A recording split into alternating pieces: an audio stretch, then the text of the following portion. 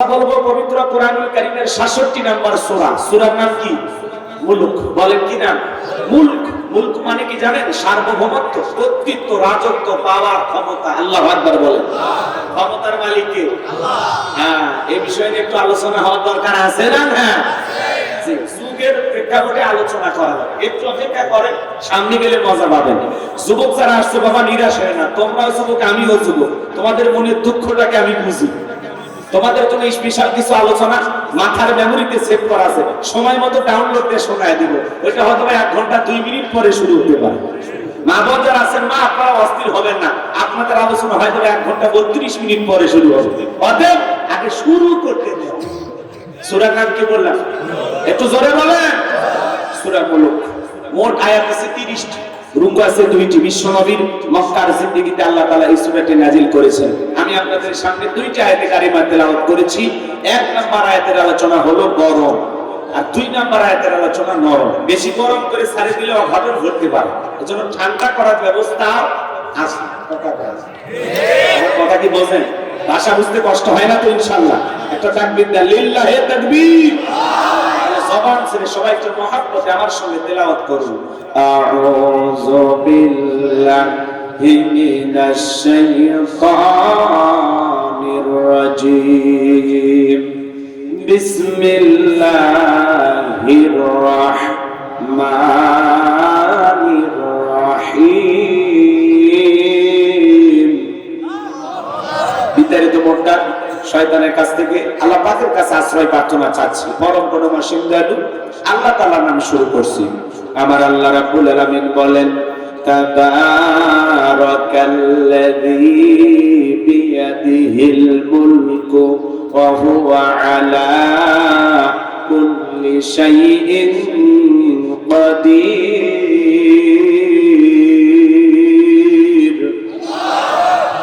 সবাই জবান ছেড়ে বলুন আল্লাহু আকবার।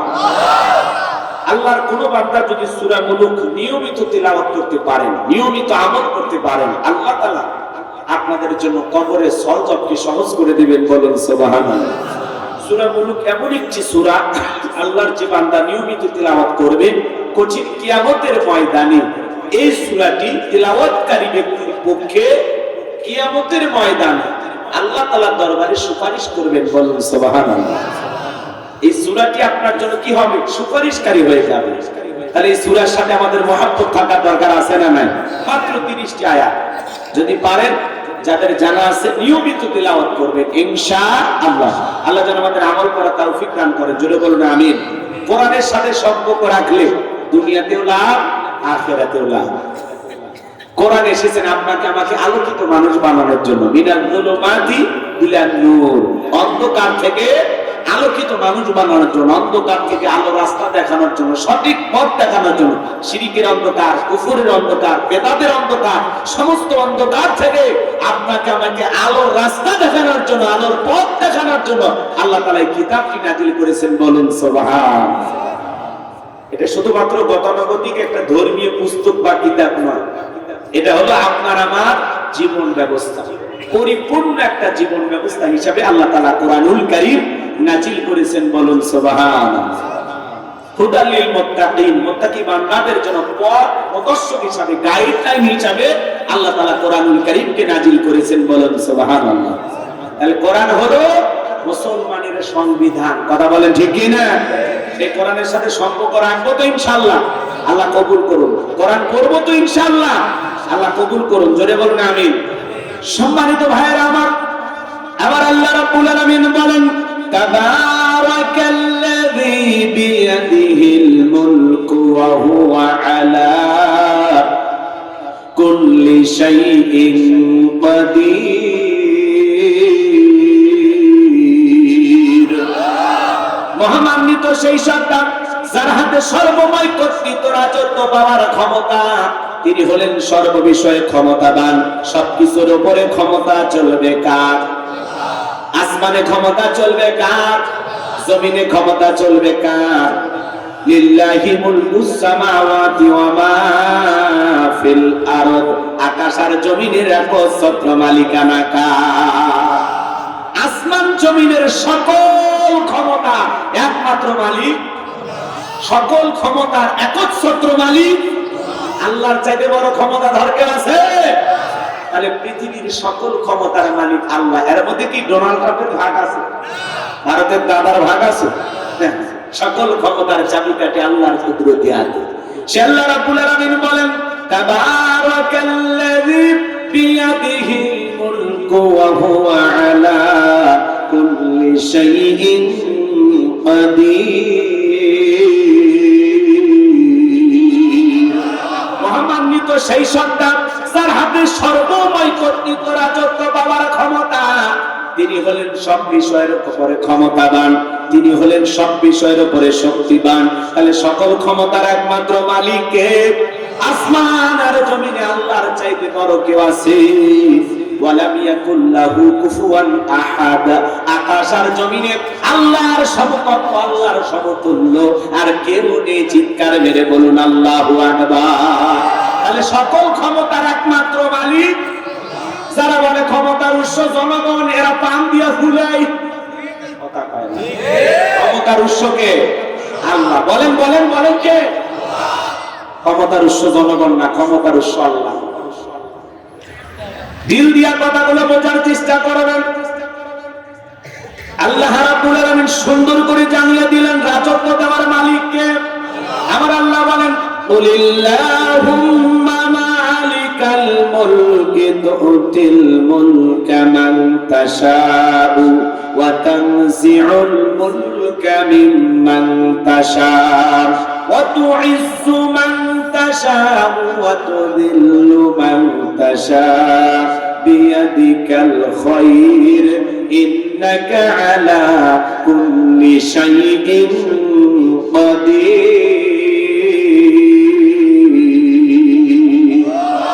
সূরা আলে ইমরানের 26 নম্বর আয়াত আল্লাহ রাব্বুল আলামিন জানিয়ে দিলেন রাজত্ব দেওয়ার মালিক আমি আল্লাহ। ক্ষমতার চেয়ারে বসানোর মালিক কে? জোরে বলেন। ভয় পাচ্ছেন? আমি বলছি না, একটু অপেক্ষা করেন, সামনে গেলে মজা পাবেন। একটু গোছায়েন।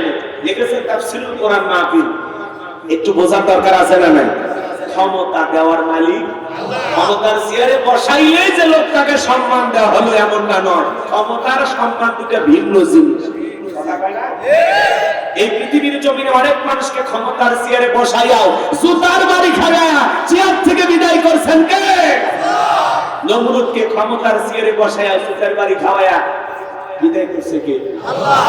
দেখলেন না শ্রীলঙ্কার দিকে জনগণের উপরে জুলুম করার কারণে জনগণ অতিষ্ঠ হয়ে নেতাকে বাদে পাইয়া কাপড় খুলে ক্ষমতার চেয়ার থেকে নামাইছে। বাকি ভালো সেদিন হাফ প্যান্ট পরা ছিল। কথা কথা এজন্য জুলুম করতে না। এই আস্তে না, মহিলা মানুষ না, মায়ের জাতি, সম্মান দিয়ে কথা বলা লাগবে। বোঝেন? আমাকে আমার লাইন মতো জবাব দেয়। কি কই খালি শোনে, বাকি থাকলে পরে বলবে। রাগ করতেছেন নাকি আপনারা? তাহলে ক্ষমতার চেয়ারে বসানোর মালিক কে? কাউকে ক্ষমতা দিয়ে আল্লাহ তাআলা সম্মানিত করেন, আবার কাউকে ক্ষমতা দিয়েও লাঞ্ছিত করেন। এই পৃথিবীর ভূখণ্ডে অনেক মানুষকে ক্ষমতার চেয়ারে বসাইয়াও আল্লাহ কি করছে? অপমানিত করেছে, সাইজ করেছে। কথা কোন ঠিক না? ক্ষমতা পাইলে লাভ দেওয়া যাবে না। ক্ষমতা আল্লাহর দেয়া নিয়ামত, জনগণের দেয়া আমানত। যারা এই নিয়ামতের শুকরিয়া আদায় করে আর আমানতের সঠিক ব্যবহার করে, বুঝেন না? কথা বোঝেন না? আমানত, জনগণের দেয়া আমানত, আমানতের খেয়ানত করা যাবে না। ক্ষমতা পাইলে কি করা লাগবে? আদল ইনসাফ প্রতিষ্ঠিত করা লাগবে, ন্যায় বিচার কায়েম করা লাগবে, মানুষের অধিকার প্রতিষ্ঠিত করা লাগবে, কোরআন সুন্নাহর বিধান মোতাবেক সমাজ রাষ্ট্র পরিচালনা করা লাগবে। কথা বলেন ঠিক কি? ক্ষমতা পাইয়া বাগদাদের কিচ্ছা কাহিনী দিয়া মানুষের তৈরি করা নিয়ম নীতি দিয়ে রাষ্ট্র পরিচালনা করে, এই জন্য সমাজে শান্তি আসে না। আমার ভাইয়েরা, যারা ক্ষমতার চেয়ারকে বাপ দাদার পৈতৃক সম্পত্তি মনে করে, নিজের বাপ দাদার জমিদারি মনে করে, এই পৃথিবীর ভূখণ্ডে যারা ক্ষমতার চেয়ারে বসে মানুষের প্রতি জুলুম করে, মানুষের রক্ত নিয়ে খেলা করে, ওই সমস্ত জালেমদেরকে আল্লাহ ক্ষমতার চেয়ার থেকে লাঞ্ছিত করে বিদায় করে। কথা বলেন ঠিক কিনা? এইজন্য আল্লাহ রাব্বুল আলামিন বলেন ক্ষমতা দেওয়ার মালিক আমি আল্লাহ, ক্ষমতা কেড়ে নেওয়ার মালিক আমি আল্লাহ। তাহলে চেয়ারে বসান যিনি, বিয়াদবি করলে থাপ্পড় মেরে চেয়ার থেকে নামায়া দেয় তিনি। চেয়ারে বসানোর মালিকও আল্লাহ, নামানোর মালিকও আল্লাহ। 41 সাল পর্যন্ত স্বপ্ন দেখছিল, আছে কত স্বপ্ন, কত বাহাদুরি। আমি যখন মাঝে মাঝে তাদের বক্তব্য শুনে অবাক হয়ে যাইতাম যে 100 বছরের প্ল্যান তারা তৈরি করে রাখছে। 100 বছরে 24 সালের 5 আগস্টে ভাগ্যে কি আছে আল্লাহর ওলিরা জানতো না। কথা কর, বড় বড় কথা বলতো, দাম্ভিকতা অহংকার করত। আমাদের ঈশ্বর চাচাকে বলা হয় স্বৈরাচার শাসক। ঈশ্বর চাচা ক্ষমতা থেকে পদত্যাগ করে জেলে গেছে, দেশ ছাড়েনি, বাপের বেটা। কথা বলেন, দেশ নেত্রী বেগম খালেদা জিয়া জেল খেটেছেন, অসুস্থ হয়ে দেশে পড়েছিলেন, দেশ ছাড়েনি, বাপের বেটি। কাতারের আমি বিমান পাঠাইছে রাজকীয় ভাবে বিদেশে গেছে চিকিৎসা করার জন্য। হ্যাঁ, কয়েকদিন আগে ঈদের দিনে দেখলেন না, লন্ডনের পার্কে আল্লাহর বান্দি ঘুরতেছে, সাথে বিএনপির ভারপ্রাপ্ত চেয়ারম্যান জনাব তারেক রহমান মাকে সঙ্গে নিয়ে ঘুরতেছে। কথা বল ঠিক কিনা? তাহলে কেউ চায় রাজকীয় ভাবে সম্মান নিয়ে দেশের বাইরে, আর কেউ ক্ষমতার চেয়ার থেকে পালিয়ে যায়। কথা বলেন ঠিক কিনা? এটাই আল্লাহর খেলা, এটা আল্লাহর ফয়সালা। আমরা বারবার বললাম ম্যাডাম পদত্যাগ করেন, আল্লাহ বলেন কিসের পদত্যাগ? ওরা যে অন্যায় অপরাধ করেছে, শুধু পদত্যাগ না, আমি আল্লাহ দেশ ত্যাগ করতে বাধ্য করব। ইন্না বাতাশা রাব্বিকা লাশাদীদ, আল্লাহর পাকড়াও বড় কঠিন। আল্লাহ ধরে ধরে না, সেদিন ধরবে বাবু বাড়ি দিল্লি গিয়ে পড়বে। কথা বলে ঠিক কিনা? আছে নাই, চলে গেছে। যাই হোক, মুরব্বী মনে করে দিয়েছে, এই জন্য মনের দুঃখটা ঝাড়লাম। আপনাদের আবার মাঝে মাঝে ওনার কল রেকর্ড ফাঁস হয়, বলে আমি দেশের খুব কাছে আছি, চট করে ঢুকবো। ঢুকবেনই তো বের হলেন কেন? আর যাওয়ার আগে বললে যাননি, আসার আগে কোনো তাল বাহানা করবেন না। সেদিন মনে চায়, যেদিনকে মনে চায় আপনি আসেন। এই দেশ আপনার বাবার, এই দেশ আপনার স্বামীর, আপনি আসেন, আসেন। কথা কয় না কেন? আমরাও আমাদের ভিতরে মায়া দয়া আছে। মেয়ে মানুষ কতদিন বাইরে থাকবে, না জানি কি খান কি করতেছেন, আমাদের টেনশন হয় না? কতদিন পাগলিটা ঘর ছাড়া। কথা কোন ঠিক কি না?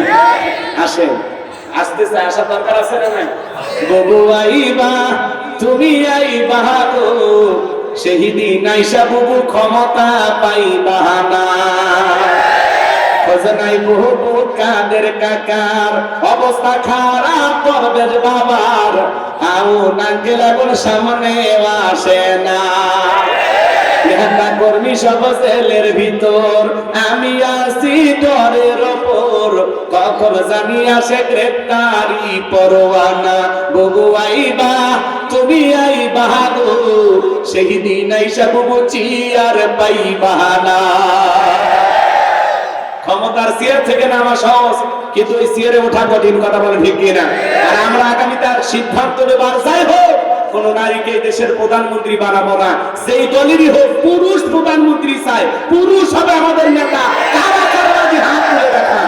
লিল্লাহে তাকবীর, লিল্লাহে তাকবীর। নারীদের দেখার দিন শেষ, আগামীতে পুরুষের বাংলাদেশ।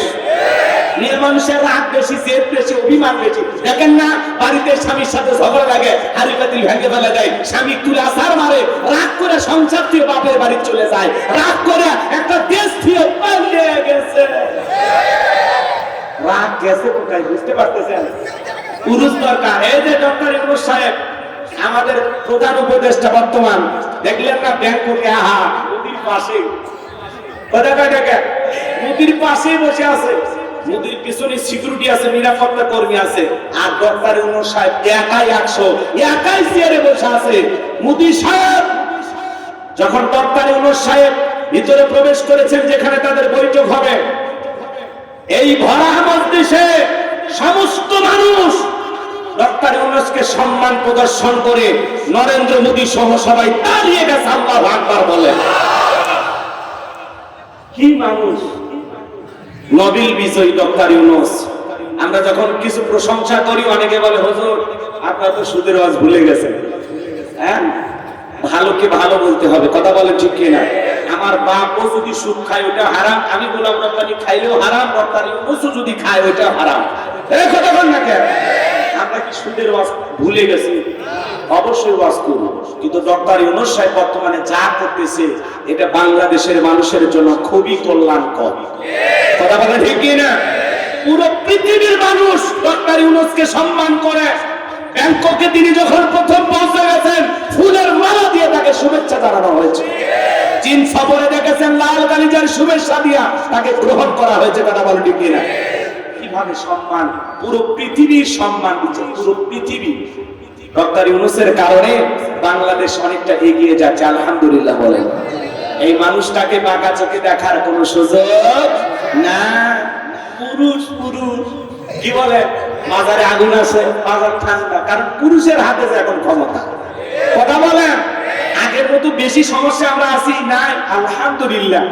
রমজানে কারেন্ট যায়, তারাবিতে কারেন্ট যায়, হ্যাঁ 6 রাকাত 8 রাকাত করে মনের দুঃখে বাইরে আসা লাগে, আবার বিদ্যুৎ এলে দৌড়ে যা, আল্লাহু আকবার। আর এইবার একবারও বিদ্যুৎ যায়নি, কথা বলেন ঠিক না? তারাবিতেও যায়নি, সিয়ারিতেও যায়নি, শান্তি শান্তি শান্তি, আলহামদুলিল্লাহ।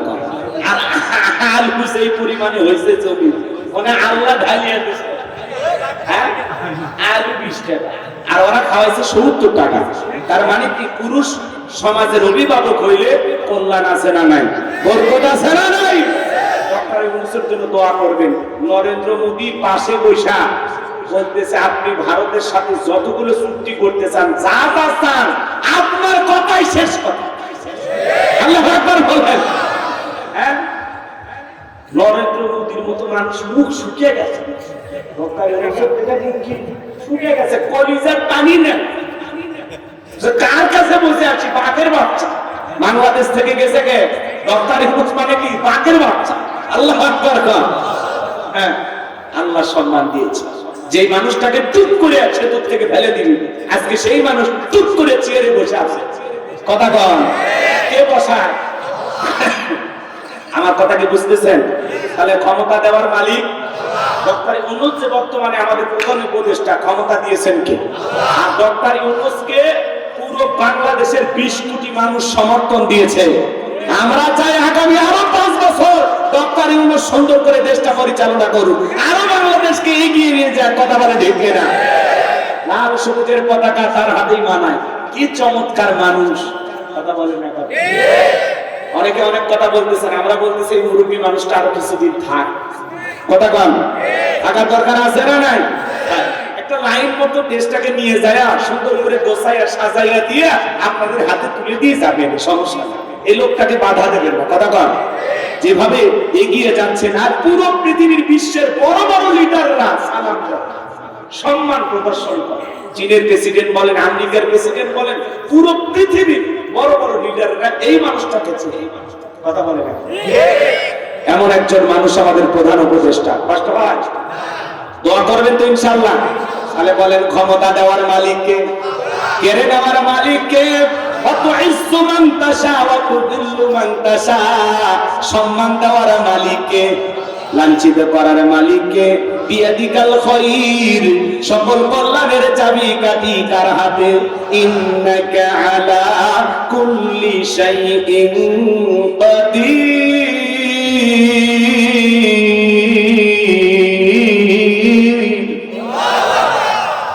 সকল ক্ষমতার একমাত্র মালিক তিনি হলেন, সব বিষয়ের উপর ক্ষমতাবান, সকল শক্তি কার হাতে?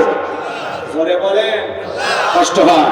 সকল কিছুর উপরে তিনি ক্ষমতাবান। দিল দিয়া কথাগুলো বোঝার চেষ্টা করবেন। পুরো পৃথিবীর ক্ষমতা আল্লাহ তাআলা 4 জন মানুষকে দিয়েছিলেন। পুরো পৃথিবীর ক্ষমতা দূরের কথা, ছোটখাটো পাতি নেতার গরম এলাকায় থাকা যায় না। কথা বলেন না? পাতি নেতা মানে বোঝেন না? কয় মানে জিনিস, আমি অমুক দলের অমুক লিডার, তার আপন খালা কমিয়ে তার ছোট বিয়ে করেছি, কি হাইব্রিড পরিচয় আছে না নাই? এ বাজান গো, আমার বিশ্ব নবীর জামানায় এরকম একটা পাতি নেতা ছিল, যারা ছিল গ্রন্থীয় লিডার, দলপতি, মুরল, মন্ডল মাতাব্বর বলা হয়। এরকম একটা গ্রন্থীয় লিডার, এর নাম ছিল মহাবীর আমর। বিশ্ব নবী যখন হিজরত করে মদিনায় চলে গেছেন, নবী আমার মক্কার কাফিরদেরকে নিয়ে কোনো মাথা ব্যথা নাই, কিন্তু এই মক্কার মহাবীর আমর প্রতিমার সামনে দাঁড়ায়া লাঠুরচা দেবদেবী সরস্বতী রাধা কৃষ্ণ ভগবতী প্রতিমাগুলোর সামনে দাঁড়ায় বলতেছে, যতক্ষণ আব্দুল্লাহর বেটা মুহাম্মদ সাল্লাল্লাহু আলাইহি সাল্লামের দেহ থেকে কাল্লা না ফেলাইতে পারবো ততক্ষণ পর্যন্ত আমি এক ফোঁটা পানিও পান করব না। জোরে কন্যা ওয়াজুবিল্লাহ। আমার নবীর কাল্লা কেন ফেলাইতে চাই? আমার নবী কারো পাকা ধানে বই দিয়েছে? কথা বলেন ভাই। আওয়াজ দেবেন, আমি করবো, আপনারা দেবেন আওয়াজ, জবাব দিবেন ঠিক ঠিক, আলোচনা হবে কমপ্লিট। শ্রোতাদের স্পিরিটে বাড়ে বক্তার হিট, আলোচনা হবে জায়গা মতো ফিট। আগে বলতাম কিছু আছে অ্যাঙ্গেলে, কিছু আছে অ্যাঙ্গেলে, এখন আর অ্যাঙ্গেলে না, যা বলবো সব ডাইরেক্ট। অ্যাঙ্গেলে বলার দিন শেষ, ডাইরেক্ট বলার বাংলাদেশ। কথা বলে ঠিক কিনা? আর ওয়াদা দিয়েছেন, একটু অপেক্ষা করে, 12:30 বাজতে মাথা সোজা করেন, এর আগে উঠলে কিন্তু ওয়াদা ভঙ্গ করলে কি হয়? আমার বিশ্বাস নওকার মাটিতে কোনো মুনাফিকের জায়গা নাই। কথা বল, একটু লাইন মতো পিছনে যাই, ভালো লাগবে ইনশাআল্লাহ। সম্মানিত ভাইরা আমার, দিল দিয়া কথাগুলো বোঝার চেষ্টা করবেন। নবী কি আর পাকা দানে মই দিয়েছেন না? নবী কি আর বাড়িতে চুরি করতে গেছেন না? নবীর কি কোনো অপরাধ আছে না? বিশ্ব নবীর কোনো অপরাধ নাই। নবী কালেমার দাওয়াত ইসলামের প্রচার প্রসার করে, কাফের এটাই সহ্য করে না। ওরা বলে নবী এক আল্লাহর দাওয়াতে আমরা 33 কোটি দেবতা মানি, তাই শান্তি খুঁজে পাই না। এক আল্লাহকে মানলে সব সমস্যার সমাধান, এটা তারা বিশ্বাস করতে পারতো না। এই জন্য মক্কার মুহাজির আমর নবীর মাথা নেওয়ার ঘোষণা করে দল বল নিয়ে যখন মদিনার পথে রওনা করলেন, আল্লাহ তাআলা এই খবরটা বিশ্ব নবীর কানে পৌঁছায় দিলেন। নবী গো, মক্কার মুহাজির আমর আপনার মাথা নেওয়ার ঘোষণা করে রওনা করেছেন। নবী আমার টেনশনে পড়ে গেলেন, কি করা যায়? সাহাবায়ে কেরামকে দেখে বললেন, আমার সাহাবীরা, মক্কার মুহাজির আমর মাথা নেওয়ার ঘোষণা করে রওনা করেছে, তোমরাই বলো কি করা যায়? হযরত উসমান রাদিয়াল্লাহু তাআলা আনহু নরম সাহাবী দেখে বলেন, নবী আল্লাহ তাআলার কাছে আপনি দোয়া করেন, আপনি আল্লাহর এত বড় পয়গম্বর, দোয়া করেন, অবশ্যই আল্লাহ দোয়া কবুল করবেন। নবী আমার হাত তুলে দোয়া করা শুরু করে দিলেন। আল্লাহ ওই মক্কার মুহাজির আমর আমার কাছে পৌঁছার আগে আমার হাত পা প্যারালাইজ করে দেন। নবী দোয়া করতে দেরি, আসমান থেকে আল্লাহ তাআলা জিবরাইলকে পাঠাইতে দেরি করলেন না। আমার আল্লাহ রেখে বলে, জিবরাইল আর করিস না দেরি, আমার বন্ধু নবী মুহাম্মদকে জানায় দাও তাড়াতাড়ি। আমি আল্লাহ পাক শুধু দুই হাত দোয়া করার জন্য দেই নাই, মাঝে মাঝে জালিম আর বেঈমানদেরকে সাইজ করার জন্য ওই দুই হাতের লাঠিও তুলে নেওয়া লাগবে। বলুন আল্লাহু আকবার। সব জায়গায় কি দোয়া দিয়ে কাজ হয়? জিবরাইল এসে বলে, নবী দোয়া কবুল হবে না, আপনি হাত নামান। বিশ্ব নবী তখন হাত মুখে না লাগাইয়া হাতের উপর রেখে দিলেন। আমরা অনেকে দোয়া করি, অনেকে মুনাজাত করে, এরকম দড়ি পাকায়। আগে তারা দাদা নানা যারা আছে ওরা ভালো করে বুঝছে পাটের দড়ি কেমনে পাকাইতো, কথা কল না কে, এরকম দড়ি পাকাইতো না চাচা। আবার দেখবেন অনেকে মুনাজাত করে আর পেশার মাপে, আছে না নাই? অনেকে আবার চুপচাপ এইভাবে হাত ধরে থাকে, অনেকে হাতই তোলে না, যখন হুজুর বলে আমিন তখন বলে আমিন, কথা কয় না কে, আছে না নাই? চালাক চালাক মুসলিম। আচ্ছা আপনারা বলেন, সব জায়গায় কি দোয়া দিয়ে কাজ হয়? এই গ্রামের নাম কি? গোবিন্দপুর। মনে করেন এই গ্রামে, উদাহরণ দিচ্ছি কথা বুঝানোর জন্য, আবার ভুল বুঝবেন না, নাকি অন্য গ্রামে না বলবো? গোবিন্দপুর বললে রাগ করবেন না তো? আচ্ছা, মনে করেন এই গ্রামে প্রতিদিন চুরি হইতেছে, গরু ছাগল চুরি হয়, টাকা পয়সা চুরি হয়, গহনা গাড়ি চুরি হয়, এমনকি সুন্দরী বউটা পর্যন্ত চুরি হয়। চুরির অত্যাচার এই গ্রামে থাকা যায় না। একজন 5 কেজি জিলাপি নিয়ে এসে মান্দা বাজার থেকে নিয়ে এসে বলে, হুজুর একটু দোয়া করেন। হুজুর এশার নামাজ পড়ে হাত তুলে দোয়া করে বলতেছে, আল্লাহ চোরের হাত থেকে গ্রামবাসীকে হেফাজত করো। জিলাপির গন্ধ পায়া চোর হাত তুলে বলে আমিন আমিন আমিন। কথা কয় না কে? সুতি বাড়ি গ্রামে থাকে না, ওই গ্রামের 2-1 থাকা লাগে। তাছাড়া কার বাড়িতে টাকা আছে, কোন বাড়িতে কি আছে, এই তথ্যটা দিল কি? কথা কন। রাগ করবেন না ভাইরা আমার, দিল দিয়ে কথাগুলো বোঝার চেষ্টা করবেন। ওই জায়গায় হুজুর হাত তুলে আমিন কইয়া জিলাপি বাকে না দিয়ে হুজুর যদি বলতো, এই গোবিন্দপুরের যুবকেরা, এই গ্রামে ঢোকার 4টা রাস্তা আছে, 4 রাস্তার মোড়ে মোড়ে মাগরিব থেকে ফজর পর্যন্ত বাংলার লাঠি নিয়ে 4 জন করে যুবক দাঁড়ায় থাকবা। চোরকে টাকা মাত্র ওই লাঠিতে এমন পিটান পিটাইবা যাতে 6 মাসের মাজা সোজা না করতে পারে। মাঝে মাঝে বাংলাদেশে টাকা ধরা পড়তেছে, আর জনগণ আচ্ছা তারে বড় পিটনি দিচ্ছে। সাবধান বাবা, চুরি করতে যাস না, অবস্থা কিন্তু ভালো না। এখন যেহেতু প্রধানমন্ত্রী নাই, পুলিশের ভাইয়েরা খুব বেশি চুপচাপ আছে। অতএব বাবা, চুরি চামারি এখন করিস না, প্রধানমন্ত্রী হলে চুরি করতে যাস নাকি? হাইবে সাহস। এই যে কয়েকদিন আগে 8টা না 9টা ডাকাত ধরে কি পিটন দিয়েছে রে ভাই, প্যান সব খুলে ফেলে দিয়েছে। জায়গাটা জানে একটু দেখা না যায়, খালি ওই জায়গাটা ইচ্ছে না কাপড় আছে, আর বাকি সব কাপড় ছিন্ন বিচ্ছিন্ন করে ফেলে দিয়েছে। কটা কন্টিনিউ দিয়ে দেয় আবার ঠোঁটটা মানে যা আছে সিম্পল কোন আমার বাচ্চা রক্ত দিয়ে পুরো শরীর মেখে গেছে।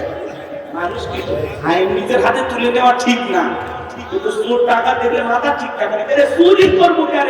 এখন দেশে আমরাই সরকার, আমরাই নিরাপত্তা দেবো, চুরি করবে চাইছে কথা কন নাকি আপনারা? কারণ চুরি দেখতেছেন না প্রত্যেক দিন মাঝে মাঝে রাস্তাঘাটে বাস ডাকাতি, সিএনজি ডাকাতি, এ হয়েছে সে হয়েছে, এই টাকা আমরা বুঝি না। আগে দল করতো টাকা কামাইতো, এখন দলও নাই টাকাও নাই, ওরাই কি করতেছে?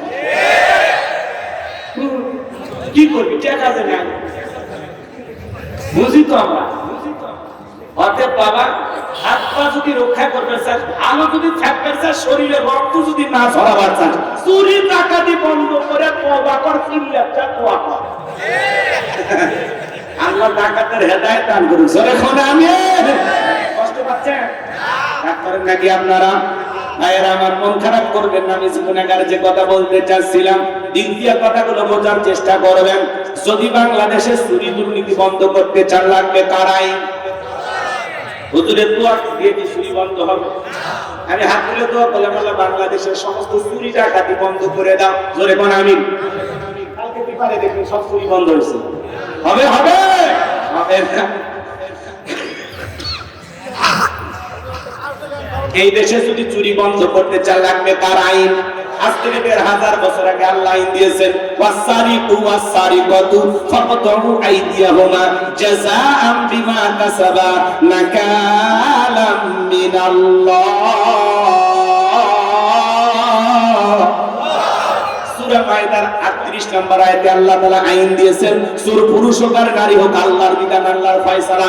অপরাধ যদি প্রমাণিত হয়, চোরের হাত কেটে দাও। একটা চোরের হাত কেটে যদি বাইতুল মুকাররমের সামনে নিয়ে এসে সোশ্যাল মিডিয়ার মাধ্যমে ফলাও করে প্রচার করতে পারতাম যে বাংলার পার্লামেন্টে আইন পাস করা হলো, চুরি করলে হাত কেটে দেওয়া হবে, একটা চোরের হাত কেটে বিচার করেন, বাংলাদেশের সমস্ত চোরেরা তওবা করে আল্লাহর ওলি হয়ে যাবে। কিন্তু কে শোনে কার কথা? আছে গেল না মনের ব্যথা। এখন উচিত কথা যদি কই, পিঠের উপর দেয়া যাবে মই। এই আনন্দে কিছু লোক কিনে খাবে বগুড়ার স্পেশাল দই। যত দোষ মন্দ ঘষ, সত্য না করলে দোষ, করলে অন্যায়ের প্রতিবাদ, নামটা হবে তোমার মৌলবাদ, নামটা হবে তোমার জঙ্গিবাদ। কে আল্লাহর আইন চালু করবে? সরিষাই তো ভুল। নেতা আল্লাহর আইন চালু করবে, ওরে বাবা এই হাতে যে পরিমাণে দুর্নীতি করছে, আমার হাত তো প্রথম কাটা যাবে। কথা কন। তাহলে সব মানুষকে সমাজের নেতা বানানোর দরকার আছে না নাই? সামনে গেলে কথা আরো বুঝতে পারবেন। বাজান গো আমার, এই জমিনে আল্লাহর আইন চালু হোক। কারা কারা চান একটু হাত তুলে দেখান। লিল্লাহি তাকবীর। আল্লাহর বিধানের শান্তি, আল্লাহর বিধানে মুক্তি। আল্লাহর আইন যতদিন চালু হবে না, লন্ডন আমেরিকার আইন দিয়ে ভারতের পানি পড়া দিয়া ৫৬,০০০ বর্গ মাইলের ৫৬ ইঞ্চি মাটিতেও কঠিন কালে কোন নেতা শান্তি প্রতিষ্ঠিত করতে পারবে না। এই দেশে চুরি দুর্নীতি খুন টেন্ডারবাজি ধর্ষণ বন্ধ করতে হলে আল্লাহর আইন চালু করা ছাড়া বিকল্প কোনো পদ্ধতি খোলা না। দিল দিয়ে কথাগুলো বোঝার চেষ্টা করবেন। জিবরাইল এসে বলে, নবী দোয়া কবুল হবে না। নবী তখন হাত নামায় ফেললেন। জিবরাইল বলে, নবী আল্লাহ তাআলা বলেছেন দোয়া কবুল হবে না। নবী আমার টেনশনে পড়ে গেলেন, ভাই জিবরাইল কি করা যায়? জিবরাইল বলে, নবী গো, সাহাবায়ে কেরামদের মধ্যে ঘোষণা করেন, আপনার সাহাবীদের মধ্যে এমন কেউ কি আছে যে মক্কার মহাবীর আমরের মোকাবেলা করবে? নবী তখন থেকে বলেন, আমার সাহাবীরা, তোমাদের মধ্যে এমন কেউ কি আছে যে মক্কার মহাবীর আমরের মোকাবেলা করবা? আল্লাহ দোয়া কবুল করে নাই, সরাসরি মোকাবেলা করতে কেউ কি রাজি আছো? নবীর কোন সাহাবী দাঁড়ায় না, হযরত আলী দাঁড়িয়ে গেলেন। বলুন আল্লাহু আকবার। নবী আমার দেখে বলে, আলী তুমি ছোট মানুষ না বুঝে কেন দাঁড়াইছো? তুমি কি জানো ওই মক্কার মহাবীর আমর একবেলা খাবার খায় ২১ কেজি, ৩.৫ মণ ওজনের তরবারে যুদ্ধ করে। এত বড় বীরের সামনে তুমি কেমনে যাবে? তুমি বসে পড়ো। দ্বিতীয়বার বললেন, হযরত আলী দাঁড়িয়ে গেছেন। নবী যখন দ্বিতীয়বার বললেন, আমার সাহাবীরা কেউ কি আছে আমাদের মোকাবেলা করবা? আবার হযরত আলী দাঁড়ায় গেছেন। নবী তখন দুইটা হাত ধরে বলে, আলী রে আলী, আয় আয় আমার বুকে বুকের ভিতরে নবী হযরত আলীকে বুকের সঙ্গে জড়ায় নিলেন আর দেখে বলে, আলী তোর জানি কি মায়া দয়া নাই? এত বড় বীরের সামনে যাইতে চাস, তোর মনে কি মায়া দয়া নাই? নিজের জীবনের প্রতি কি মায়া দয়া নাই? হযরত আলী ডেকে বলে, নবী গো, আপনি শুধু আমাকে দোয়া করে দেন, আমার ভিতরে ঈমান বলতেছে ওই মক্কার মহাবীর আমর আপনার চেহারা দেখার আগে ওরে আমি জমিন থেকে বিদায় করে দেব। বলুন আল্লাহু আকবার। ঈমানের একটা পাওয়ার টাকা দরকার আছে না নাই? নবী আমার ডেকে বলে, আলী খালি হাতে দোয়া করলে হবে না, ওসমান তোমার বাড়িতে কি তরবারি আছে? হযরত ওসমান রাদিয়াল্লাহু তাআলা বলেন, নবী গো, আমার বাড়িতে একটা তরবারি আছে 27 ইঞ্চি লম্বা। নবী আমার ডেকে বলে, যাও তরবারিটি নিয়ে আসো। এখন তো তরবারি কথা শুনলেই বলবে জঙ্গি। কথা কথাকে বাংলাদেশে 16 বছর জঙ্গির নাটক দেখছেন, আর এই কয়েক মাসে কোন জঙ্গির সন্ধান পাওয়া গেছে? তার মানে জঙ্গি বাংলাদেশে নাই। ওরা একটা রুমের ভিতরে বোমা রাইখা 2-4টা মৌলবী হুজুর নিয়ে যায় ভিতরে ঢোকায়া দিয়া জঙ্গির নাটক কইরা দেশের মানুষের ভিতরে আতঙ্ক সৃষ্টি করেছিল। কথা বলেন ঠিক কিনা? কোন জঙ্গি নাই, এক জঙ্গি পাওয়া যায় না। নাটক কত যে নাটক জানতো শোনেন। কোন স্বৈরাচার ফ্যাসিস্ট জালেম যদি ক্ষমতার চেয়ারে টিকতে চায়, এরা প্রত্যেক মাসে মাসে ইস্যু তৈরি করে, নতুন নতুন ইস্যু। ছাগল কাণ্ড, জায়েদ খান কাণ্ড, হিরো আলম কাণ্ড, এ কাণ্ড, সে কাণ্ড, পাবলিক খালি পরিমাণে হিরো আলম, জায়েদ খান নিয়ে কোথায়, আর ওরা বছরের পর বছর ক্ষমতায় টিকে থাকে। আমরা জানি না 16 বছর হলো কেন। আমরা নিয়ে ব্যস্ত থাকি। কথা কম ক্ষমতা দেশের বিদ্রোহ কি হইলো, মেরে ফেলে দিল দিয়ে কয় ওরা মানুষ পাগলা না, কিচ্ছু বোঝে না। এখন সব গোপন তথ্য ফাঁস হচ্ছে। একটু অপেক্ষা করেন, সামনে যায়। কষ্ট হচ্ছে নাকি আপনাদের? বিরোধ করতেছেন কোনো কথা? আর আপনাদের তো কথা না, কারণ এখন আমাদের সময় আপন মানুষ। ভেজাল আছে, কারো অন্তরে ভেজাল আছে। এদের কথা বলে কিছু পুকুরি হয়, অন্তরে কষ্ট লাগে নাকি? তাহলে এখনই কর আপনার অন্তর আমরা সার্জারি করে এখন ভালো করে দিচ্ছি। তাহলে আপনার ভিতরে ভেজাল রেখে শোনাবো না, অন্তর ক্লিয়ার করেন। কথা বলে কি খারাপ লাগে? যুবক ভাইরা চলবে হযরত ওসমান তরবারি এনে দিলেন। নবী আমার হযরত আলীর হাতে তরবারি ধরা দিলেন। হযরত আলী তরবারি পরে মারছে দৌড়, দৌড়াইতে দৌড়াইতে দৌড়াইতে আমরের মুখোমুখি হয়ে গেল। যখন আমর দেখে বলে, কি রে পিচ্চি আলী, তুই কেন আমার সামনে? হযরত আলী বলতেছে, পিচ্চি নাকি পরে বুঝাইতেছি, জোরে কোন মারহাবা। কথা আছে ছোট মরিচের ঝাল বেশি। হযরত আলী এইবার তরবারিতে দাগ কাটতেছেন, দাগ টানা বোঝেন তো? আর একটা দোয়া করতেছেন। এই দোয়া করে বাড়ির চতুর্দিকে যদি ফু দিতে পারেন, পানি ছিটায় দিতে পারেন, বড় বড় দুর্ঘটনার হাত থেকে আল্লাহ আপনার পরিবারকে হেফাজত করবেন। জোরে বলুন আল্লাহু আকবার। হযরত আলী এইবার দোয়া করতেছেন আর দাগ টানতেছেন। দাগটা টানা শেষ হয়ে গেল যখন তরবারিটা উঁচু করে বলতেছে, এই মক্কার মহাবীর আমর, কাফেরের বেটা আমর, তোর যদি সাহস থাকে দাগটা পার হয়ে দেখ। আল্লাহু আকবার বল। তরবারিটা উঁচু করে বলতেছে, এই মক্কার মহাবীর আমর, তোর যদি সাহস থাকে দাগটা পার হয়ে দেখা। এ আয় আয়, আল্লাহ হবে আল্লাহু আকবার কর। বাড়িতে ঢুকছে চোর, বাড়িওয়ালা ল্যাংড়া ঢুকে পায় না, কিছু না পারে, যদি খালি আওয়াজ দেয় চোর থাকবি না, ভাগে দৌড় মারবি। চোরের যদি কাজ হয়, কি বলেন, চোর চুরি করবে গেলে ধরা খাবি কিনা? রাগ করতেছেন আপনারা, বিরোধ করেন। এদিক শোনেন ভাইয়েরা আমার, হযরত আলী খালি বলতেছে দাগটা পার হয়ে দেখায়।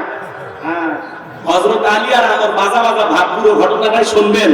কারা কারা একটু হাত তুলে দেখান তো দেখি। লিল্লাহি তাকবীর। আপনার আমার ভাইরা আমার, আল্লাহ রাব্বুল আলামিন বলেন, তাবারাকাল্লাযী বিয়াদিহিল মুলকু ওয়া হুয়া আলা কুল্লি শাইইন কাদির। মহামান্বিত সেই সত্তা যার হাতে সর্বময় কর্তৃত্ব, রাজত্ব পাওয়ার ক্ষমতা, তিনি হলেন সব বিষয়ের উপরে ক্ষমতাবান। আমি যে কথা বলতে চাচ্ছিলাম বাজান, পুরো পৃথিবীর ক্ষমতা আল্লাহ তাআলা 4 জন মানুষকে দিয়েছিলেন। এর মধ্যে 2 জন ঈমানদার আর 2 জন হলো কাফের। 2 জন ঈমানদারের মধ্যে একজনের নাম হলো নবী সুলাইমান। সুবহানাল্লাহ। নবী সুলাইমান আলাইহিস সালামকে আল্লাহ রাব্বুল আলামিন পুরো পৃথিবীর রাজত্ব বাদশাহী দান করেছিলেন। সুন্দর একটা তখতের সিংহাসন আল্লাহ তাআলা দিয়েছিলেন। বাতাসকে অর্ডার করা মাত্রই সেই তত্ত্বের সিংহাসন পয়গম্বরের যেখানে ইচ্ছা করতেন সেখানে উড়ায় নিয়ে যাইতেন। বলুন সুবহানাল্লাহ, একটু জোরে কোন সুবহানাল্লাহ। এখন জাহাজ গাড়ি হাওয়াই চলে অবকলেরই বিধান, একদিন বিনা কলে হাওয়াই চলতো নবী সুলাইমান, মোরা সেই মুসলমান। নবী সুলাইমান আলাইহিস সালামকে আল্লাহ রাব্বুল আলামিন পুরোটা পৃথিবীর রাজত্ব কর্তৃত্ব দান করেছিলেন। নবী সুলাইমানের ইতিহাস ঘটনা যদি বলতে চাই সারা রাত চলে যাবে, বলা শেষ হবে না বাজান গো আমার। তাহলে এক নাম্বার নবী সুলাইমান আলাইহিস সালামকে আল্লাহ তাআলা পুরো পৃথিবীর রাজত্ব বাদশাহী দান করেছিলেন। আর দুই নাম্বার একজন ইমানদার যাকে আল্লাহ তাআলা পুরো পৃথিবীর ক্ষমতা দিয়েছিলেন, যেই বাদশার নাম বাদশা জুলকারনাইন। আল্লাহু আকবার বলেন। এই পৃথিবীর ভূখণ্ডে এক নয় দুই নয় আল্লাহ তাআলা 1600 বছর হায়াত দিয়েছিলেন। সূর্য উদয় হয়েছে সূর্য অস্তগামী পর্যন্ত, পূর্ব থেকে পশ্চিম পর্যন্ত পুরোটা পৃথিবীর রাজত্ব বাদশাহী আল্লাহ তাআলা বাদশা জুলকারনাইনকে দিয়েছিলেন। এজুজ মাজুজের ঘটনা আপনারা অনেকেই শুনেছিলেন। তাদের জন্য যে বিশাল প্রাচীর নির্মাণ করে দিয়েছিলেন যেই বাদশা, সেই বাদশার নাম বাদশা জুলকারনাইন। আল্লাহু আকবার। আর ঐতিহাসিক কিছু সফর আছে যেগুলো নিয়ে আলোচনা করলে সারা রাত চলে যাবে, আলোচনা শেষ হবে না। ওই দিকে যাওয়ার কোনো সুযোগ নেই, আমার একটা টার্গেট আছে, ওই জায়গায় যেতে হবে। দিল দিয়ে কথাগুলো বোঝার চেষ্টা করবেন। এক নাম্বার নবী সুলাইমান আলাইহিস সালামকে আল্লাহ তাআলা পুরো পৃথিবীর রাজত্ব বাদশাহী দান করেছিলেন। আর দুই নাম্বার হলো কি না, বাদশা জুলকারনাইনকে আল্লাহ তাআলা পুরো পৃথিবীর রাজত্ব বাদশাহী দান করেছিলেন। আর দুইজন কাফিরকে আল্লাহ তাআলা পুরো পৃথিবীর রাজত্ব বাদশাহী দান করেছিলেন। এদের মধ্যে একজনের নাম জালেম বাদশা বখতেনাসর। কি নাম? বাদশা বখতেনাসরকে আল্লাহ তাআলা পুরো পৃথিবীর রাজত্ব বাদশাহী দান করেছিলেন। ওই জামানে আল্লাহ তাআলা তার একজন নবীকে পাঠিয়েছিলেন, যেই নবীর নাম হলো দানিয়েল। আল্লাহর নবী দানিয়েল আলাইহিস সালাম তার কওমের মানুষকে বনি ইসরাঈলের উম্মতদেরকে ডেকে বলেন, ইয়া বানি ইসরাঈল আযকুরু নি'মাতিয়াল্লাতী আন'আমতু আলাইকুম ওয়া আন্নী ফাদ্দালতুকুম আলাল আলামিন।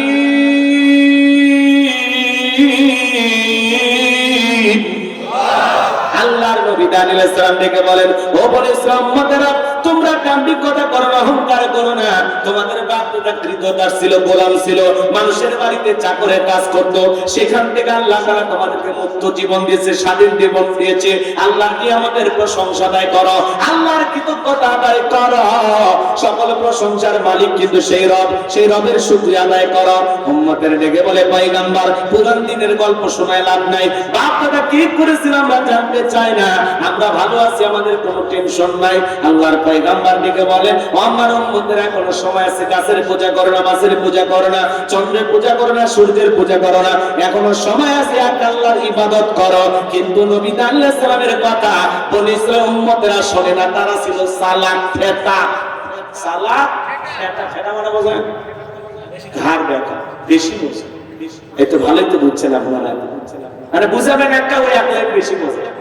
আল্লাহ নবী যদি বলতো আযাব আসবে, তাই আযাব আগে নিয়ে আসেন দেখি, মানে এইরকম চালাক ছিল। কথা কি বুঝতে পারতেছেন?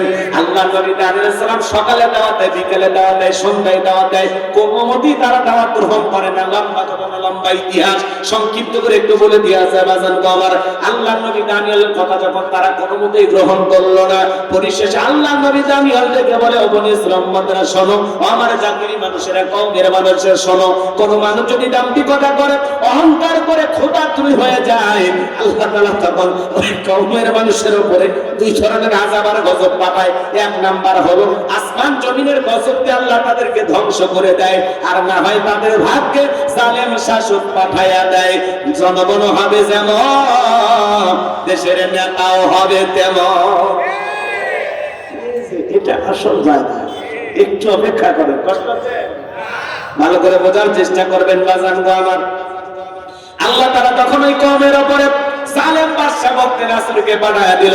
বাদশা বখতেনাসর যখন ক্ষমতার চেয়ারে বসে গেল, হাজার হাজার নিরপরাধ মানুষ জেলখানায় বন্দী করতে লাগলো। মানুষের সম্পদগুলো লুটে নিতে লাগলো। শুধু তাই নয়, আল্লাহর নবী দানিয়েল সালাম সহ তার ৭০,০০০ উম্মতকে জেলখানায় বন্দী করলো। আল্লাহর নবী কোন জায়গায়? জেলখানায়। জোরে বলেন কোন জায়গায়? নবী যদি জেলখানায় যায়, আজকে যারা নায়েবে রাসূলের ভূমিকা পালন করবে, যারা কোরআন সুন্নাহর হক কথা বলবে, মাঝে মাঝে নবীদের সুন্নাত আমল করার জন্য মাঝে মাঝে তাদেরকেও জেলখানায় যাওয়া লাগতে পারে। আর আলেমেরা যদি জেলখানায় যায়, সম্মান কমে না বাড়ে? জোরে বলেন। আলেমদেরকে মানুষ কলিজাতে মহব্বত করে, আলেমদের বিরুদ্ধে নানামুখী ষড়যন্ত্র করে, মিথ্যা অপবাদ দিয়া যুগের পরে যুগ জেলখানায় বন্দী করেছিল। বলেন তো বাজান, মুফতি আমির হামজা ভাইকে যারা ৩ বছর জেলখানায় বন্দী করে রেখেছিল, এতে আমির হামজা ভাইয়ের সম্মান কমেছে না বেড়েছে? আল্লামা মামুনুল হক শাইখুল হাদিস, শাইখুল হাদিস, তার বিরুদ্ধে যারা মিথ্যা অপবাদ দিয়ে জেলখানায় বন্দী করে রেখেছিল, এতে কি শাইখুল হাদিস আল্লামা মামুনুল হকের সম্মান কমেছে না বেড়েছে?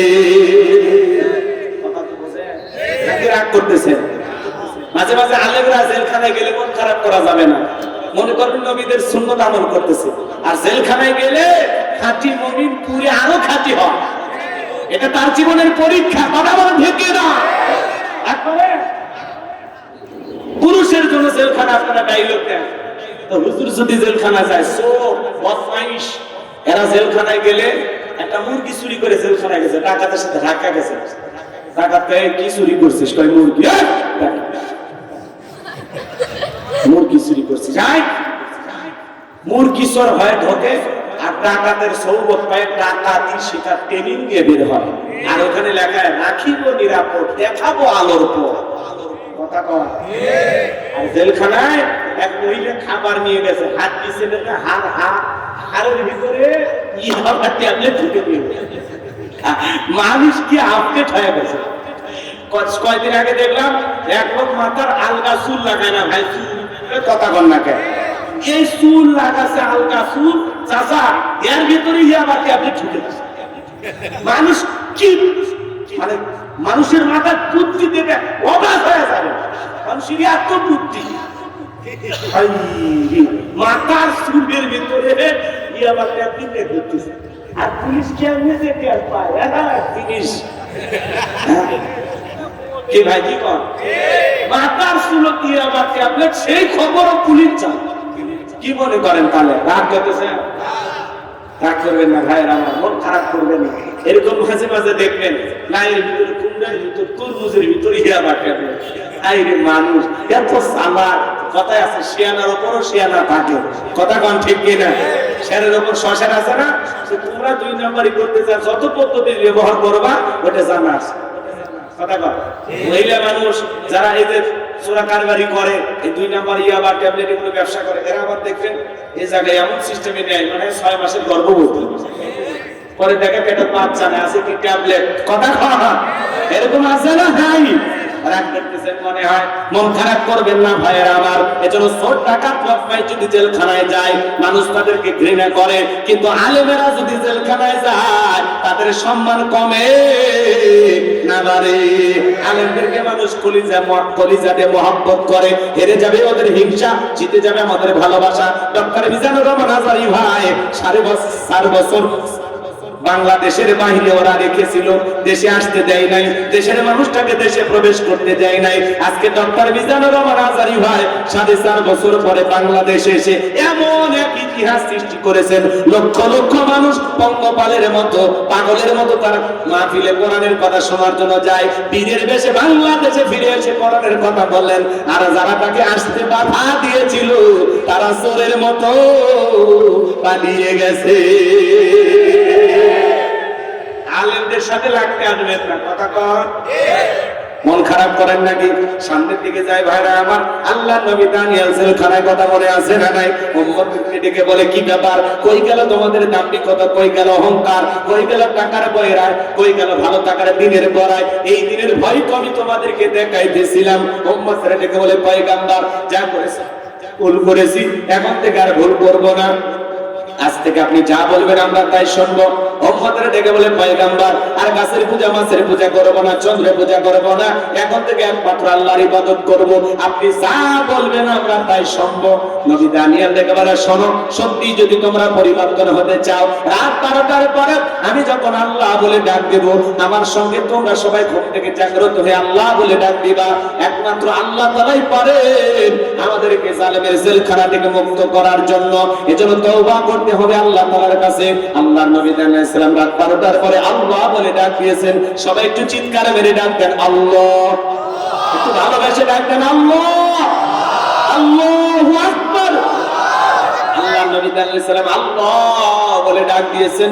পয়গম্বরের সাথে ৭০,০০০ উম্মত ঘুম থেকে জাগ্রত হয়ে আল্লাহ বলে ডাক দিয়েছেন।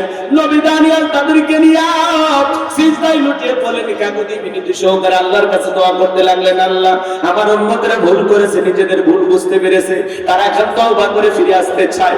আল্লাহ আপনি আমার উম্মতদেরকে মাফ করে দেন, একমাত্র আপনি পারেন জালেমের জেলখানা থেকে মুক্ত করে দিতে।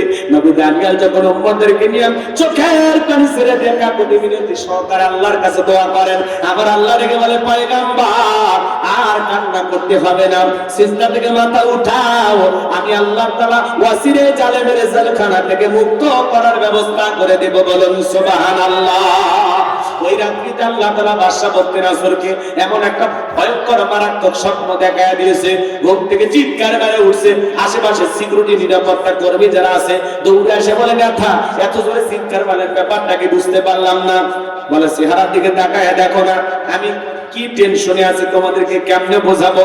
এই দেশের যত স্বপ্নের তাবির কারক আছে, স্বপ্নের ব্যাখ্যা বলতে পারে, ওদেরকে দরবার নিয়ে আসো। আগামীকাল সকালবেলা আমি একটা ভয়ঙ্কর স্বপ্ন দেখেছি, এই স্বপ্নের ব্যাখ্যা না জানা পর্যন্ত আমি আর ঘুমাইতে পারবো না। পরের দিন সকালবেলা বাদশার দরবারে হাজার হাজার মানুষ উপস্থিত হয়ে গেছে। জালেম বাদশা বখতিয়ার যখন তার স্বপ্নের কথা বলতে যাবেন, ওই মুহূর্তে আল্লাহ তাআলা বাদশার মেমরি থেকে সমস্ত স্বপ্নের কথাগুলো নিয়ে যায় আল্লাহ নবী দানিয়েল সালামের মাথার মেমরিতে সেভ করে দিলেন। বলুন সুবহানাল্লাহ। এই যুবক একটা মোবাইলে যা আছে শেয়ারের মাধ্যমে আরেকটা মোবাইলে পার করা সম্ভব কিনা?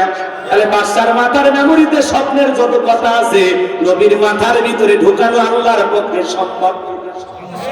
এইবার বাদশা বখতিয়ার যখন স্বপ্নের কথা বলতে যাবে, গতকাল রাতে কি যেন স্বপ্ন দেখলাম বলতে পারে না, স্বপ্নের কথা ভুলিয়ে দিলেন তিনি কে? এবার বাদশা বখতিয়ার মুহূর্তের মধ্যে ডায়লগ পরিবর্তন করে বলে শোনো, গতকাল রাতে স্বপ্নে কি দেখেছি স্বপ্নের কথাও তোমাদেরকে বলতে হবে, স্বপ্নের ব্যাখ্যা বলতে হবে। জনগণ ডেকে বলে বাদশা এ তো পাগলামি কথা, স্বপ্ন দেখেছেন আপনি, আমরা কিভাবে বলবো? বাদশা কি স্বপ্ন দেখেছে দেশের জনগণ কি জানে? এটা কি বলা সম্ভব? না করেন আপনার স্বামী স্ত্রী একসাথে ঘুমাতে আলাদা, বলতে শরম লাগে, কি কষ্ট পান? স্বামী স্ত্রী আপনার একসাথে ঘুমান, আপনার বউ স্বপ্নে আপনাকে বাদ দিয়ে আর আপনার ছেলের হাত ধরে যদি পার্কে ঘোরাঘুরি করে, আপনি যদি টের পান কি করবেন? সেই পিটাবো, মানে আপনি অভ্যাস আছে নাকি? পিটানোর দরকার নাই, বাপ রে বাপ, বউ পিটানো যাবে না। রাগ করতেছেন? বউ পিটানোর জিনিস না, বউ হলো ভালোবাসার জিনিস। কথা বলে ঠিক না? কিন্তু সবাই ভালোবাসা পাওয়ার যোগ্য না। রাগ করতেছেন? এদিকে খেয়াল করেন আমার ভাইয়েরা, আমি গুনাহগার যে কথা বলতে চাচ্ছিলাম, দিল দিয়ে কথাগুলো বোঝার চেষ্টা করবেন। আপনার বউ স্বপ্নে কি দেখে আপনি জানেন না, স্বপ্ন তো স্বপ্ন, আবার আপনি স্বপ্নে আপনার বউকে বাদে আর একটা মেয়ের হাত ধরে ওই পার্কে যা ঘুরতেছেন রাজশাহীতে, আপনার বউ যদি টের পাইতো, গোদাগাড়ি রাজশাহীতে কি পার্ক হয়েছে না?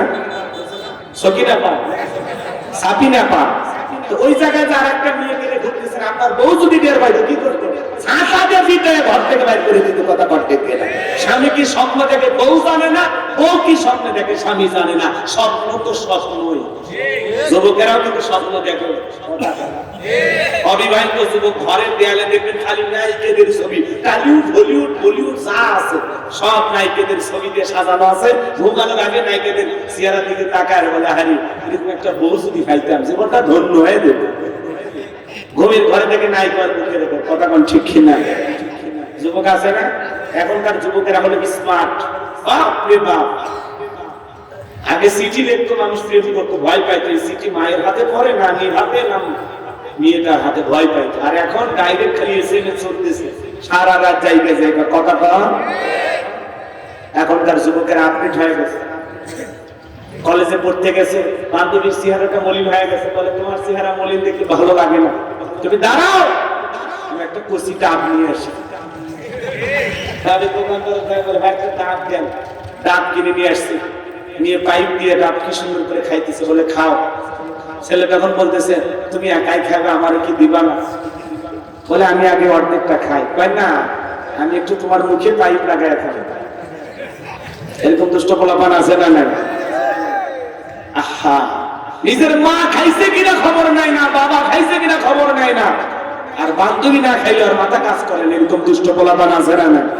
নিজের মা বাবারে কোনোদিন ডাব কিনে খাওয়াইলি না, আর বান্ধবীরে ডাব কিনে খাওয়াই, ফুসকে কিনে খাওয়াই, চটপটি কিনে খাওয়াই। কয় মামা দুইটা চটপটি হবে, ঝাল একটু বেশি হবে। কথা কয় না কেন? ফুসকে নিয়ে দুইজন বসে আছে, নফল দোয়া কাছে করে, ছেলেও খায় না মেয়েও খায় না। ছেলে বলে তুমি আগে শুরু করো, লেডিজ ফার্স্ট। তখন বলতেছে না, তুমি কষ্ট করে নিয়ে আসলে তুমি বিল দিবে, খামাখা আমি কেন আগে খাবো? কথা কয় না? মেয়েরা কি বিল দেয়? ছেলেদের পকেট খালি করে, কথা কোন ঠিক কিনা? আর রাগ করতেছেন না, থাকে কোনো নাই বা বলি, কষ্ট হচ্ছে আপনাদের। এই যুব সমাজ নষ্ট হয়ে গেছে বাজার, এদেরকে একটু পরিবর্তন করা লাগে। কার ফুচকার বিল দেয়, কার ফুচকার বিল দেয়?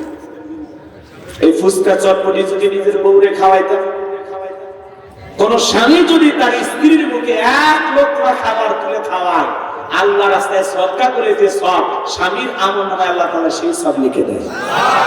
আর আপনি ফুচকারে বসে আছেন বান্ধবী নিয়ে, মেয়ে বলে তুমি আগে খাও না, কয় আমি আগে না, তুমি আগে খাও। মেয়ে তখন বলতেছে এত কষ্ট করে সময় বের করে আসলাম, যদি তুমি তোমার হাত দিয়ে আমার একটু উঠায় খাওয়া, তুলে খাওয়াইলে কি যে খুশি হব। ছেলে ভাই করি যে লাগছে রে, কথা কয় না কেন? এখন বান্ধবীকে নিজের হাতে তুলে খাওয়াচ্ছে। আজকে যুব সমাজের চরিত্র নষ্ট করার জন্য মূল যে অস্ত্র, তার নাম হলো মোবাইল। যুব সমাজকে নষ্ট করে দিয়েছে, কথা কন ঠিক না? জানালা দরজা লাগাইয়া এক একটা কম্বলের ভিতরে, ল্যাপের ভিতরে সারা রাত জেগে মোবাইলে উল্টে পাল্টা ভিডিও দেখো। মা বাবা যখন দরজায় knock করে, এই রুবেলের ভিতরে কি হয় রে? তখন বলে বাংলাদেশের স্বাধীনতার যুদ্ধ হয়েছে 1971 সালে, বর্তমানে ডক্টর ইউনূস ব্যাংককে সফরে আছে। মানে বই পড়া ভান করে, পত্রিকা পড়ার ভান করে, কথা কোন ঠিক নেই? এটা মাথা চলে যায় আবারও মোবাইলে, কথা কম, কথা কম। দেশে মোবাইল আইছে, চিঠি বন্ধ হইয়াছে, দিওয়ানা বানাইছে, পোলা মাইয়ার মনের কথা ভাসে বাতাসে। ও দেখো পোলা ফানের মন বাদা ফেসবুকে এখন, মোবাইলে চ্যাটিং কইরা কাটায় সারাক্ষণ। এই মোবাইল পাইয়া দেখো মদনের মাইয়া, এই মোবাইল পাইয়া দেখো মদনের মাইয়া কি কাণ্ড ঘটাইছে। স্বামী সংসার রাইখা নাকি পলাইয়া গেছে, সে যে স্বামী সন্তান রাইখা নাকি পালাইয়া গেছে। 2 বাচ্চার মা, 4 বাচ্চার মা পরকে প্রেম করে আরেকটা ছেলের হাত ধরে পালিয়ে যায়। যে নারী স্বামী রেখে সন্তান রেখে আরেকটা পর পুরুষের হাত ধরে পালিয়ে যায়, ওটা নারী না, ওটা পাশানি ডাইনি, বিশ্বাসঘাতক নারী। কেমনে পারলা মা, কেমনে পারলা বোন, স্বামী রেখে সন্তান রেখে আরেকটা ছেলের হাত ধরতে কেমনে পারো? স্বামী রেখা সন্তান রেখা আরেকটা পর পুরুষের হাত ধরে, এরকম আছে না নাই? এই পরকের অভিশাপে হাজারো পরিবার ধ্বংস হয়ে যাচ্ছে। কথা বলেন না কেন? যুবকদের দোষ নাই, কথা কন। এই ছেলে, তোমাদেরকে বলছি, তোমার স্ত্রীর সাথে যদি কেউ পরকীয়া প্রেম করে, বাইরে নেবা। অনেকে কথা বলে না, ভালোবাসা মানে ভাগাভাগি করবে, একটু কথা বলেন, কি খারাপ লাগে? বাস্তবতা একটু তুলে ধরা দরকার আছে না নাই? তোমার স্ত্রীর সাথে পরকীয়া প্রেম করলে মানবা না, তোমার মা বোনের সাথে যদি কেউ পরকীয়া প্রেম করে মানবা না। তুমি যেই নারীর সাথে পরকীয়া প্রেম করো, ওই নারী কারো না কারো স্ত্রী, কারো না কারো মা, কারো না কারো মেয়ে। একটু কি বিবেকের বাধা দেয়? কত স্বামী পরিত্যাগ নারী আছে, কত বিধবা নারী আছে, 2-3টা বাচ্চার মা, যা বিয়ে কর। কথা কয় না কেন? কত গরিব পরিবারে মেয়েটা যুবতী হয়েছে, বিয়ে দিতে পারে না, যাও বিয়ে করো।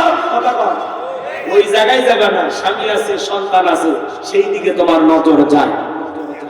আল্লাহ যুবকদের চরিত্র হেফাজত করা তৌফিক দান করুন, জোরে বলুন আমিন। আর একটু জোরে বলুন আমিন। হাত অনুরোধ করি, সমস্ত পরকীয়া প্রেম থেকে, অবৈধ প্রেম ভালোবাসা থেকে আল্লাহ যুব সমাজকে হেদায়েত দান করুন, জোরে বলুন আমিন। তরুণ তরুণীদেরকে আল্লাহ হেদায়েত দান করুন, একটু জোরে বলুন আমিন। ওদেশে টিকটক আসিয়া সবকে ভালোবাসিয়া সিদ্দিক সোরা নায়ক হইছে আইডি খুলিয়া, হিরো আলম নায়ক হইছে আইডি খুলিয়া। এই মোবাইলে হাই কি জাদু আছে ভাই, পোলাপান বইতাছে, পড়ালেখা তুইলা রাখছে সপ্তম আকাশে। এখন আর পড়াশোনা নাই, অটো পাস, কিন্তু যে অটো পাস দিবে সেই মানুষটাই নাই। অতএব আবারও পড়া শুরু করো, কথা কয়।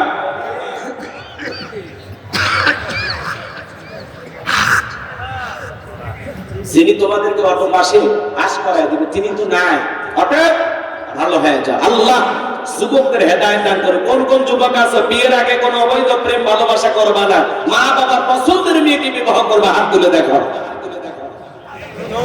কি রাজি আছেন তো? ইনশাআল্লাহ। এক চাচা হাত তুলছে, এই বয়সে রিস্ক নিন না। চাচি যদি এই ভিডিও দেখে বাড়িতে আর যাইতে দেবে। আল্লাহ যুবকদের হেদায়েত দান করুন, সেটা বলেন আমিন। কথা মনে আছে না নাই? এ বাজান গো আমার, যে কথা আমি বলতে চাচ্ছিলাম, বাদশা ডেকে বলে শোনেন, আমি স্বপ্নে কি দেখেছি, স্বপ্নের কথাও বলতে হবে, স্বপ্নের ব্যাখ্যাও বলতে হবে। জনগণ ডেকে বলে বাদশা, এটা তো আমাদের পক্ষে বলা সম্ভব নয়। বাদশা ডেকে বলে কেন, তোমরা নাকি গায়েব জানো? বলেন তো বাজান, আল্লাহ ছাড়া দুনিয়ার কোনো মানুষ কি গায়েব জানে? গায়েবের ইলম আছে কার কাছে? আমাদের সমাজে কিছু ভণ্ড পীর বের হয়, ওরা বলে আমরা গায়েব জানি, আলিফ লাম মিম, এগুলোর অর্থ কোনো আলেম ওলামা জানে না, আমরা জানি। সেই পীর সাহেব বলবে আমি গায়েব জানি, ওরে নিয়ে যাবেন অন্ধকার রুমের ভিতরে, আচ্ছা ধরে পিটাবেন, পিটায় বলবেন গায়েবী মার দিলাম, কারো কাছে বলবি না, বললে ধ্বংস হয়ে যাবি। আল্লাহ ছাড়া দুনিয়ার কোনো মানুষ গায়েব জানে না। মনে থাকবে তো ইনশাআল্লাহ? আমার ভাইয়েরা দিল দিয়ে কথাগুলো বোঝার চেষ্টা করেন। এইবার বাদশা বক্তিনাসর ডেকে বলে, আমি তোমাদের 7 দিনের আলটিমেটাম দিলাম, এই 7 দিনের মধ্যে আমি স্বপ্নে কি দেখেছি স্বপ্নের ব্যাখ্যা বলতে হবে এবং স্বপ্নের কথাও তোমাদেরকে বলতে হবে। জনগণ ডেকে বলে বাদশা 7 দিন কেন, 7 বছর সময় দিলে আমাদের পক্ষে বলা সম্ভব নয়। সমস্ত জনগণেরা চলে গেল, জেলার এইবার জেলখানাতে ঘুরতেছে। আল্লাহ নবী দানিয়েল ডেকে বলে জেলার, দেখে মনে হয় টেনশনে আছেন। সমস্ত ঘটনা খুলে বলার পরে আল্লাহ নবী ডেকে বলে জেলার, তুমি তোমার বাদশার এখানে খবর পৌঁছায় দাও, তোমার বাদশা স্বপ্নে কি দেখেছে আর এই স্বপ্নের ব্যাখ্যা কি হবে, দুইটাই আমার জানা আছে, জোরে কোন মারহাবা। এবার জেলার সাহেব বলে বাদশা, আপনার টেনশনের ঔষধ পাওয়া গেছে, আপনি স্বপ্নে কি দেখেছেন আর এই স্বপ্নের ব্যাখ্যা কি হবে? জেলখানে একটা কয়েদি আছে নাম দানিয়েল, সে ব্যাখ্যা জানে, তাই নাকি? বলে হ্যাঁ ঠিক আছে, যাও বাজানকে নিয়ে আসো। আল্লাহ নবী দানিয়েলকে যখন বলা হলো বাদশা তোমাকে ডেকেছে, আল্লাহ নবী দানিয়েল ডেকে বলে শোনো, বাদশার সামনে যাইতে রাজি আছি, আমার একটা শর্ত আছে, আমার 70,000 উম্মতকে আগে জেলখানা থেকে বের করে দেওয়া লাগবে, সবার শেষে আমি বের হব। চিৎকার মেরে বলুন সুবহানাল্লাহ। নেতৃত্ব যদি শেখা লাগে, নেতাগিরি যদি শেখা লাগে, নবীদের কাছ থেকে শেখা লাগবে। আপনি যাত্রার পিছনে মিছিল করতে যান, নওগাঁ শহরে মিছিল করতে গেছে, নেতা পাইছি একটা ট্যাবলেট খান, ট্যাবলেট খান, ট্যাবলেট খান, যেখানে আমরা আছি সেখানে ট্যাবলেট খান। কবরে তোমরা কেন কবরে? নেতার সাথে মিছিল করতে যায়, পুলিশ এসে 105 জনকে ধরে নিয়ে গেল, নেতা সহ। নেতা তো সকাল বিকাল জেলখানায় ঢোকে আর বের হয়, বাবু খালু বাপ নাই। কিন্তু আপনি গরিব মানুষ, শিক্ষা চালান, ভ্যান চালান, মাঠে ময়দানে কাজ করেন। আপনার নেতা যদি আপনাকে ভালোবাসতো, দেখে বলতো শোনো, আমার কর্মীরা আমাকে মহব্বত করে মিছিল করতে আসে, একদিন রিক্সা না চালাইলে ওদের বাড়িতে আগুন জ্বলে না, পরিবারের মুখে খাবার উঠবে না। আমার একটা কর্মী জেলখানায় থাকা অবস্থায় আমি নেতা বাহিরে বের হব না, তারা হলো সত্যিকারের নেতা। আর আপনাকে বিপদে ফেলে নেতা জেলখানা থেকে বের হয়ে আসে, আপনার পরিবারের মুখে খাবার নাই, ও বাচ্চা কান্নাকাটি করে, জামিনে আপনাকে সারাবে লক্ষ লক্ষ টাকা খরচ করে। কথা বলেন, সেই নেতা আপনার বিপদে পাশে দাঁড়াবে, আপনার সুখে দুঃখে পাশে দাঁড়াবে, আপনার দুঃখ থেকে কাঁদে, আপনার সুখ থেকে হাসে। এমন নেতার পিছনে দৌড়ান লাগবে। যাত্রার পিছনে দৌড়ে বউ বাচ্চা বিপদে ফেলার কোনো দরকার বুঝতে শুনে পা ফেলবে।